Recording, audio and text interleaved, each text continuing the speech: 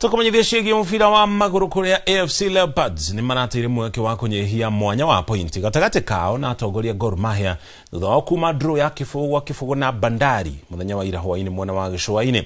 Leopards arĩa mananagio Ingwe maratanya kwandĩkithia ũhotani nĩguo manyihie mwanya wa pointi gatagatĩ-inĩ kao na Gor Mahia kuma pointi nginya pointi ĩmwe.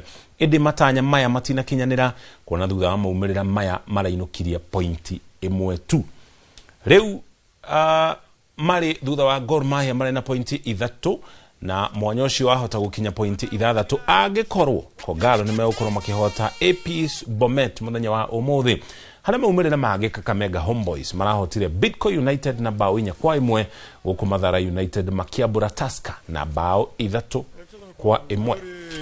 Licha na ukosefu wa mabao nasema at least wachezaji wameonyesha mchezo wa hali ya juu.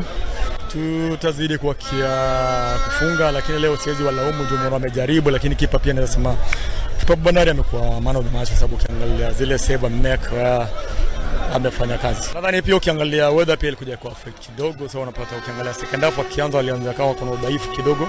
Na nadhani pia ilibidi sana at least to make changes and at least turudi kwa mchezo ule tumesaidia. Na ukiangalia pia unajua creative player wetu Tyson anaonekana amesamumia. Sasa kabla at least lakini sasa ingekuwa baada ya ndani ya uwanja ingekuwa vitu tofauti nadhani. Nimemfikia Samuel Senyonjo. Bebeto!